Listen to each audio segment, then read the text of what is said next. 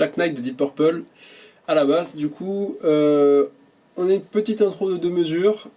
Donc là, c'est là où il va falloir faire peut-être le plus gaffe, on va dire. C'est que on a 3 notes par temps, puisque c'est des triolets. Donc triolet, je rappelle, ça fait 1, 2, 3, 1, 2, 3, 1, 2, triolet, triolet, voilà, enfin... 1, 2, 3, 1, 2, 3, 1, 2, 3, 1, 2, 3, 1, 2, 3. Donc là, en fait, on va avoir 6 notes, donc 2 triolets complets, casse 7, deuxième corde. Donc 1, 2, 3, 1, 2, 3, ta la la ta la la. Ensuite 5, ta la la ta la la, 2, ta la la ta ta ta, et 3, ta ta ta ta ta ta. Donc ça fait donc ta ta ta ta ta ta ta ta ta ta ta ta ta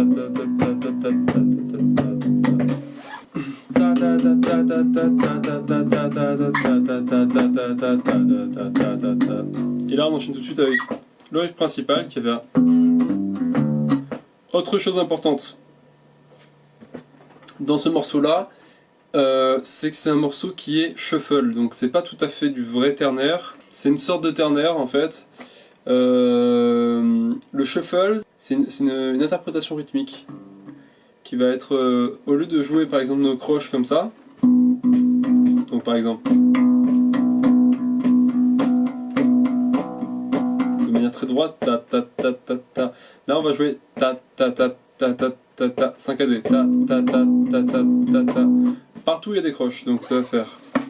L'idéal, c'est que c'est difficile à se dire, ah oui là je vais jouer shuffle, ou enfin voilà, quand on n'a pas l'habitude en tout cas.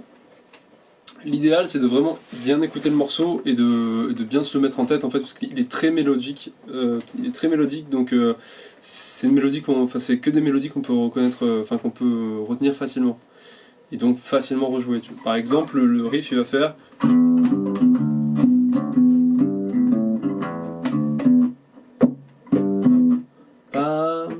pam pam pa pa pa pa pa pa pa pa pa pa pa, donc très saccadé aussi, ta ta ta ta, voilà. Donc casse 7, deuxième corde, en dessous 5, au-dessus 7, 5, donc 7, au-dessus 5, donc ça fait... Là on fait le 7, deuxième corde, 5 en dessous, 7 au-dessus, 7 en dessous, 5, 7 au-dessus, 5, 7 au-dessus, donc ça fait... 2, 3, 4, 2, 3, 4, 2, 3, 4, 2, 3, 4. Là on arrive sur la deuxième partie du morceau qui va faire...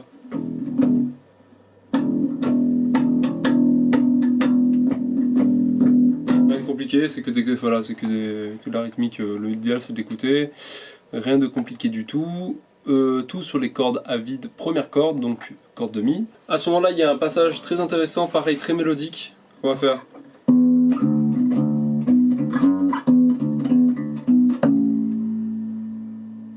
Donc, ça se va jouer quasiment tout sur la deuxième corde, donc ça va faire 7, 5, là il y a le 7 au-dessus, 5 en dessous, 7 au-dessus, 5 en dessous, là on va faire 9, 7, 5, 7, 5 et 7 au-dessus. Donc ça fait...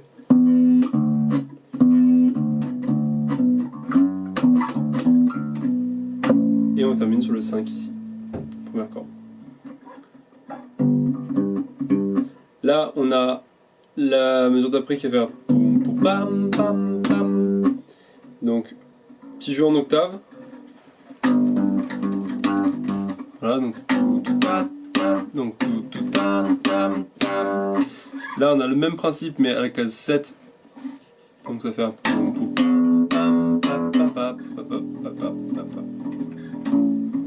Et là attention, sur la case sur la mesure 23, on a un riff qui va faire...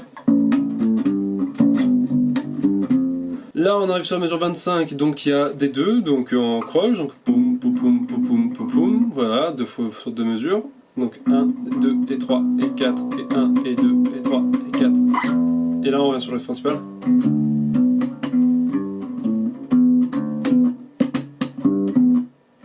peut combler en faisant des petits trucs hein, dans le truc de vide.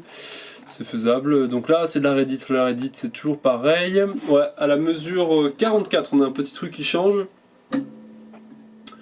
C'est très léger, mais là, on doit passer très certainement sur le solo, je pense. Donc ça va faire... je commence à la mesure 41, donc ça va faire... 2, 3, 4, 1, 2, 3... Et là, attention, c'est un triolet, donc on a 3 notes dans le temps, donc ça fait 1, 2, 3, 4, 1, 2, 3, da-da-da-dam. Donc triolet, 3 notes dans le temps, là, palap, palap, palap. Et attention, c'est là qu'il y a un truc intéressant, c'est pareil, joue en octave. Donc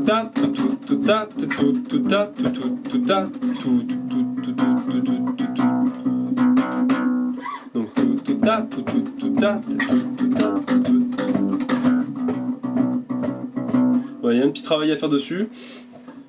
Moi je conseille de faire là de jouer avec 2 doigts, donc pouce, première corde, boum, pap, et par exemple le majeur pour et on joue vers le bas avec le pouce, on joue vers le haut avec le majeur.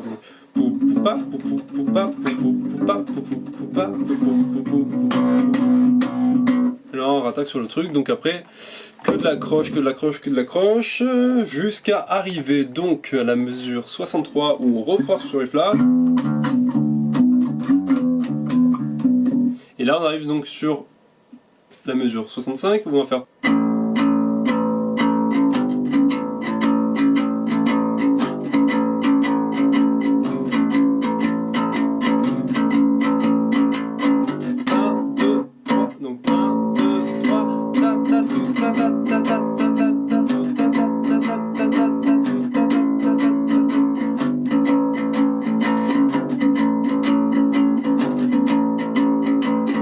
Alors là, on pourrait faire, parce que là c'est corde à vide, deuxième corde, et casse 3, première corde. Ce qu'on pourrait faire, c'est que la corde à vide, deuxième corde, c'est la même note que la casse 5 de la première. Donc en fait, on pourrait tout simplement faire 1, 2, changer en fait tous les zéros de la deuxième corde pour des 5 de la première corde. Donc ça ferait 1, 2, 3, pa, pa, pa, pa, pa, pa, pa.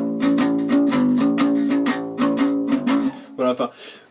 Au choix, hein, là c'est une question de comment on préfère jouer. Et là globalement, non, il reste encore une petite partie là qui va faire ça. Donc mesure 91.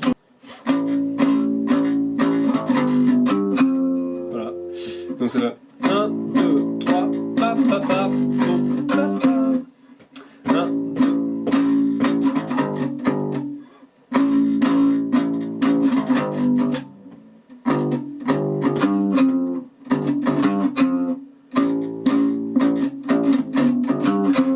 Ça va donner ça.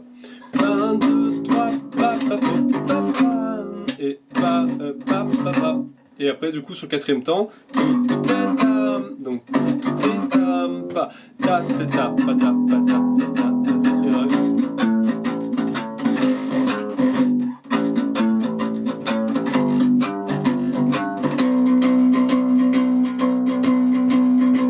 Voilà, et en fait, en gros, là, on a fait plus ou moins tout le morceau.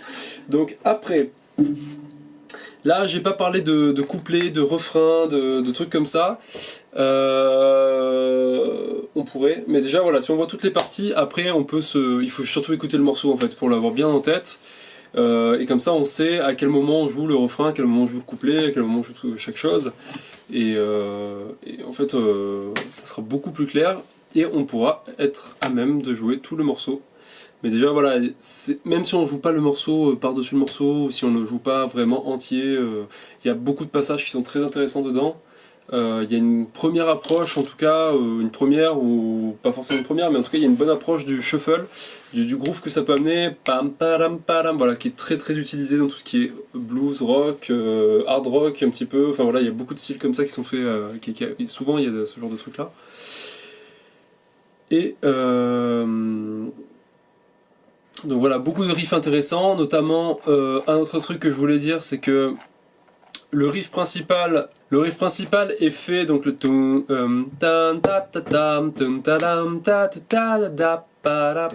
c'est un riff qui est composé, donc c'est un morceau en mi mineur, donc gamme blues de mi dessus, et c'est un morceau qui est composé grâce à la, qui a été créé sur la 3e position de la gamme blues, de la gamme pentatonique mineure. Il y a peut-être des notes blues, je sais pas, j'ai pas fait attention. En tout cas, dessus, voilà, cette position-là, celle qui va faire du coup la case 5. 5, 7, 5, 7, 5, 7, 4, 7. Donc c'est une déposition de la gamme mineure penta demi. Et voilà, on voit bien que par exemple là, on a 5, 7, 5, 7, 5, 7 sur les 3 premières cordes. Et on voit bien que si on fait... C'est vraiment sur 5, 7, 5, 7, 5, 7, quoi. C'est vraiment tout fait dessus. Donc ça peut donner une première approche de comment on peut écrire un riff qui déboîte avec pas grand chose finalement, juste une position de gamme.